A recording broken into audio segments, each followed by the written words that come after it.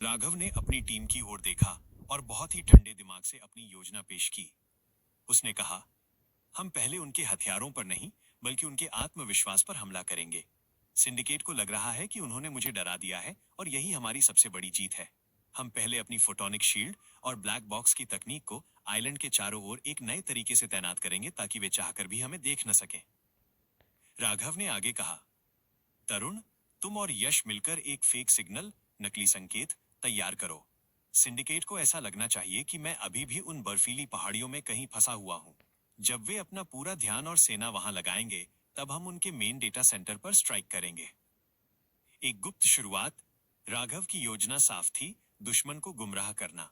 उसने प्रताप से कहा कि वह अपने 10 लड़ाकों को आइलैंड के गुप्त रास्तों पर तैनात करे।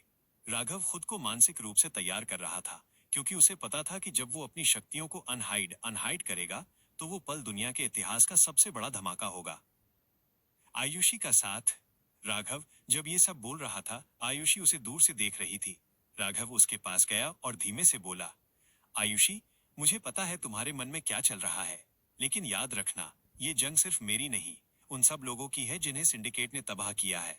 मुझे तुम्हारी जरूरत सिर्फ एक योद्धा के तौर पर नहीं, बल्कि मेरी हिम्मत के तौर पर है।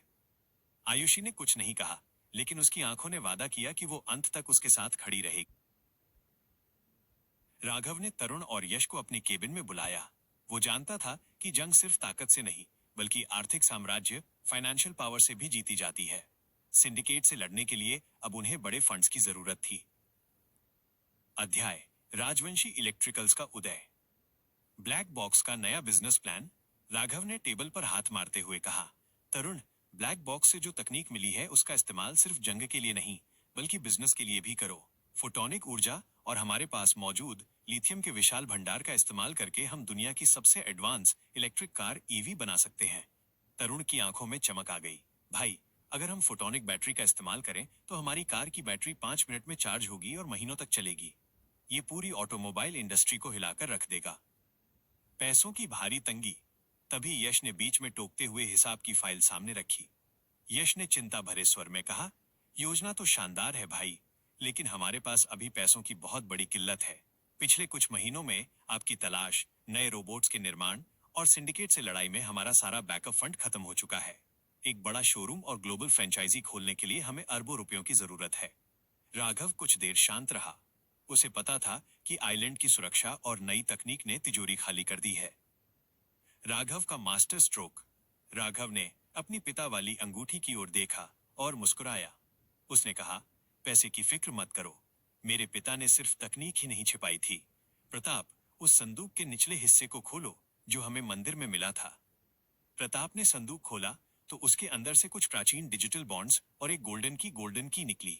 राघव ने बताया, ये मेरे पिता का एक गुप्त फंड है जो उन्होंने स्विट्जरलैंड के एक ऐसे बैंक में रखा था जिसे सिंडिकेट कभी ट्रैक नहीं कर पाया। इसमें इतना पैसा है कि हम एक नहीं बल्कि 100 शोरूम खोल सकते हैं। शोरूम और फ्रेंचाइजी का ऐलान। अगले ही हफ्ते राघव ने अपनी शक्तियों को पर्दे के पीछे रखकर एक बड़े बिजनेसमैन के रूप में वापसी की। दुनिया भर के मीडिया को नोमैड आइलैंड पर बुलाया गया। राघव ने अपनी पहली फोटोनिक कार लॉन्च की। हथियार गुप्त रखे गए, बिजनेस फ्रंट पर लाया गया।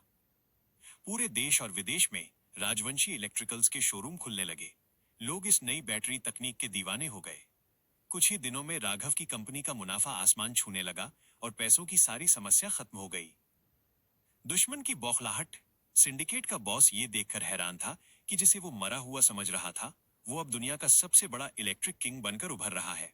वो समझ नहीं पा रहा था कि राघव के पास इतना पैसा और तकनीक आई कहां से। कहानी का अगला रोमांचक मोड़। राघव अब आर्थिक रूप से बहुत शक्तिशाली हो चुका है, लेकिन सिंडिकेट के बॉस ने अब राघव के बिजनेस को तबाह करने के लिए कॉर्पोरेट जासूसी और साइबर अटैक की योजना बनाई है। राघव और तरुण ने गाड़ी तो लॉन्च कर दी थी, लेकिन एक बहुत बड़ी समस्या खड़ी हो गई। विजय और उसके साथी, जो कभी राघव के पिता के साथ काम कर चुके थे, उनके पास उस तकनीक का बेसिक ब्लूप्रिंट, शुरुआती नक्शा पहले से था। उन्हें पता था कि इस फोटोनिक इंजन की कमजोरी क्या है। अध्याय, तकनीक का धोखा और भारी संकट। गाड़ियों में आई खराबी। जैसे ही राजवंशी इलेक्ट्रिकल्स की पहली खेप बाजार में उतरी, अचानक कुछ गाड़ियों के इंजन ओवरहीट, ज्यादा गर्म होने लगे। दरअसल विजय के पास मौजूद पुरानी तकनीक के कारण उसे पता था कि एक खास फ्रीक्वेंसी पर फोटोनिक बैटरी को शॉर्ट सर्किट किया जा सकता है। सिंडिकेट ने गुप्त रूप से शहर में ऐसे सिग्नल टावर एक्टिवेट कर दिए जो उन गाड़ियों की बैटरी पर हमला कर रहे थे। तरुण की परेशानी। तरुण पसीने पसीने होकर राघव के पास आया। भाई, बहुत बड़ी गड़बड़ हो गई है। गाड़ियों में आग लगने की खबरें आ रही हैं। हमारे पास तकनीक तो एडवांस है, लेकिन विजय के पास उसका रूट एक्सेस, जड़ की जानकारी है। वो हमारी ही तकनीक को हमारे खिलाफ इस्तेमाल कर रहा है। यश ने गुस्से में कहा, भाई, हमारी साख, रेप्यूटेशन दांव पर लगी है। अगर ये खबर फैल गई कि हमारी कारें असुरक्षित हैं, तो हम बर्बाद हो जाएंगे और सारा निवेश डूब जाएगा। राघव का ब्लैक बॉक्स समाधान। राघव जरा भी विचलित नहीं हुआ। उसने अपनी शक्तियों को महसूस किया और ब्लैक बॉक्स की ओर इशारा किया।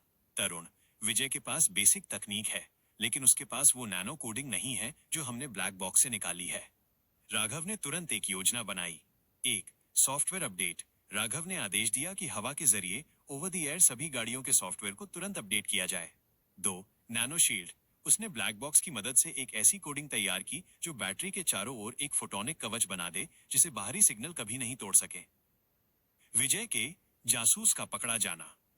तभी राघव की सोनिक इंद्रियों ने शोरूम के बेसमेंट में कुछ हलचल महसूस की। उसने अपनी अदृश्य होने वाली शक्ति का इस्तेमाल किया और नीचे पहुंच गया। वहां विजय का एक पुराना वफादार इंजीनियर सिस्टम को हैक करने की कोशिश कर रहा था। राघव ने उसे गर्दन से दबोच लिया। तुझे लगा था कि पुरानी चाबी से नया ताला खुल जाएगा? राघव ने उसके हाथ से वो डिवाइस छीन लिया जिससे वो गाड़ियों को रिमोट से खराब कर रहा था। नया मोड़, आयुषी की सुरक्षा। इस पूरे हंगामे के बीच आयुषी साये की तरह राघव के साथ थी। उसने उस जासूस के पास से एक गुप्त संदेश बरामद किया जिससे पता चला कि सिंडिकेट अब केवल बिजनेस पर नहीं, बल्कि राघव के प्रोजेक्ट फोटोनिक के मुख्य प्लांट पर एक आत्मघाती हमला करने वाला है। अगला रोमांचक मोड़, राघव ने अपनी गाड़ियों की कमियों को दूर कर लिया है और अब वे पहले से कहीं ज्यादा सुरक्षित हैं। लेकिन सिंडिकेट अब सीधे युद्ध की तैयारी कर रहा है। राघव ने एक सच्चे लीडर की तरह फैसला लिया। उसने तुरंत तरुण को अपने केबिन में बुलाया और कड़े निर्देश दिए। अध्याय, साख की लड़ाई और जिम्मेदारी। राघव का अटूट फैसला। राघव ने गंभीरता से कहा, तरुण, बिजनेस सिर्फ मुनाफे के लिए नहीं, भरोसे के लिए होता है। जिन भी ग्राहकों की गाड़ियां खराब हुई हैं, उनके घर हमारे इंजीनियर्स की टीम भेजो। हमें हर एक गाड़ी को उनके दरवाजे पर ही ठीक करना होगा। हमने अगर उनसे पैसा लिया है, तो उनकी सुरक्षा और संतुष्टि की पूरी जिम्मेदारी हमारी है। तरुण थोड़ा झिझका, भाई, इसमें बहुत पैसा और मैन पावर लगेगी और सिंडिकेट के लोग हमारे इंजीनियर्स पर हमला भी कर सकते हैं। राघव ने जवाब दिया, जिम्मेदारी निभाने में जो भी खर्च आए उसे करो। यश, तुम अपनी रोबोटिक टीम को इंजीनियर्स की सुरक्षा के लिए तैनात करो। राजवंशी नाम भरोसे का प्रतीक होना चाहिए। चुनौतियां और संघर्ष। गाड़ियां ठीक करने का काम शुरू तो हुआ, लेकिन ये इतना आसान नहीं था। जैसे ही इंजीनियर शहर के अलग अलग हिस्सों में पहुंचे, उन्हें कई दिक्कतों का सामना करना पड़ा। एक, सिंडिकेट की तोड़फोड़। सिंडिकेट के गुंडों ने कई जगहों पर सर्विस वैन को रोकने की कोशिश की। दो, तकनीकी खराबी। बैटरी के भीतर जो सिग्नल डैमेज हुआ था, उसे ठीक करने के लिए बहुत ही बारीक कोडिंग की जरूरत थी जिसमें घंटों लग रहे थे। तीन, जनता का गुस्सा। कुछ लोग डरे हुए थे और शोरूम के बाहर प्रदर्शन कर रहे थे। राघव का मैदान में उतरना। जब राघव को पता चला कि उसके इंजीनियर्स को निशाना बनाया जा रहा है, तो वो खुद अपनी विशेष एडवांस कार लेकर निकल पड़ा। उसने अपनी टेलीकिनेसिस और सोनिक शील्ड का गुप्त रूप से इस्तेमाल किया ताकि भीड़ को शांत किया जा सके और दुश्मनों को दूर रखा जा सके। प्रताप और उसके योद्धाओं ने उन गुंडों को सबक सिखाया जो सर्विस में बाधा डाल रहे थे। तरुण ने दिन रात एक करके एक पोर्टेबल बग फिक्सर बनाया जिससे गाड़ियों का सॉफ्टवेयर चंद मिनटों में अपडेट होने लगा। सफलता और बढ़ा भरोसा। कड़ी मेहनत और संघर्ष के बाद राघव की टीम ने हर एक गाड़ी को सफलतापूर्वक ठीक कर दिया। ग्राहकों ने जब देखा कि खुद मालिक राघव उनकी सुरक्षा के लिए सड़कों पर है और बिना किसी अतिरिक्त शुल्क के गाड़ियां ठीक हो रही हैं, तो उनका गुस्सा सम्मान में बदल गया। बाजार में राजवंशी इलेक्ट्रिकल्स की साख पहले से भी ज्यादा मजबूत हो गई। लोगों ने इसे इंसानियत वाला बिजनेस कहना शुरू कर दिया। कहानी का राघव जब सड़कों पर अपने इंजीनियर्स की मदद कर रहा था, तभी उसकी नजर एक बड़े पोस्टर पर पड़ी। शहर में एक बहुत बड़ी ग्लोबल हाइपर ड्राइव रेसिंग प्रतियोगिता होने वाली थी। इस रेस में दुनिया भर की बड़ी कंपनियां अपनी सबसे तेज और मॉडिफाइड गाड़ियां उतारने वाली थीं। राघव ने तुरंत मौके को पहचाना। उसने सोचा, अगर हमने इस रेस में अपनी कार की ताकत दिखा दी तो लोगों का डर पूरी तरह खत्म हो जाएगा और हमारी सेल्स रॉकेट की तरह ऊपर जाएंगी। अध्याय रफ्तार का जुनून और द बीस्ट। फैक्ट्री में तैयारी। राघव तुरंत अपनी फैक्ट्री पहुंचा और तरुण और यश को बुलाया। उसने गरजते हुए कहा, तैयार हो जाओ, हम इस रेसिंग प्रतियोगिता में हिस्सा ले रहे हैं। हमें एक ऐसी स्पोर्ट्स कार बनानी है जो सिर्फ तेज न हो बल्कि हमारी फोटोनिक ऊर्जा का असली जलवा दिखाए। मेरी पर्सनल कार को मॉडिफिकेशन में पूरी तरह कंप्लीट करो, उसे एक अजय योद्धा बना दो। मॉडिफिकेशन का लेवल। तरुण ने ब्लैक बॉक्स की टेक्नोलॉजी का इस्तेमाल शुरू किया। कार में कुछ ऐसे बदलाव किए गए जो किसी ने सोचे भी नहीं थे। एक एरोडायनेमिक बॉडी। कार का ढांचा ऐसा बनाया गया जो हवा को चीर दे। 2. Photonic nitro. एक नया सिस्टम जो जरूरत पड़ने पर गाड़ी की स्पीड को आवाज की रफ्तार तक ले जा सके। 3. Self healing tyre.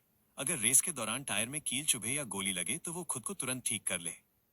राघव ने प्रताप से कहा, इस कार की सुरक्षा की जिम्मेदारी तुम्हारी है। सिंडिकेट इस रेस में हमें रोकने की कोशिश जरूर करेगा, शायद वे ट्रैक पर ही हमला कर दें। आयुषी का साथ। आयुषी ने राघव को कार की टेस्टिंग करते देखा तो वो दंग रह गई। उसने कहा, तारांकन राघव, ये सिर्फ एक रेस नहीं है, ये तुम्हारी पहचान की लड़ाई है। मैं तुम्हारे साथ रहूंगी, ट्रैक के हर मोड़ पर नजर रखूंगी। रेस का ऐलान। जब राजवंशी हाइपर स्पोर्ट कार का नाम रेस के लिए रजिस्टर हुआ तो पूरी ऑटोमोबाइल इंडस्ट्री में खलबली मच गई। सिंडिकेट का बॉस ये सुनकर हंसने लगा, राघव खुद मौत के कुएं में कूद रहा है। रेस के ट्रैक पर हमारे म्यूटेंट ड्राइवर्स उसका स्वागत करेंगे। वो रेस खत्म नहीं कर पाएगा। राघव ने अपनी कार के स्टीयरिंग व्हील को पकड़ा और मन ही मन बोला, अब मौत से रेस होगी और जीत राजवंशी की होगी। कहानी का अगला रोमांचक मोड़। रेस शुरू होने वाली है और सिंडिकेट ने ट्रैक पर बारूद और म्यूटेंट ड्राइवर्स का जाल बिछा दिया है।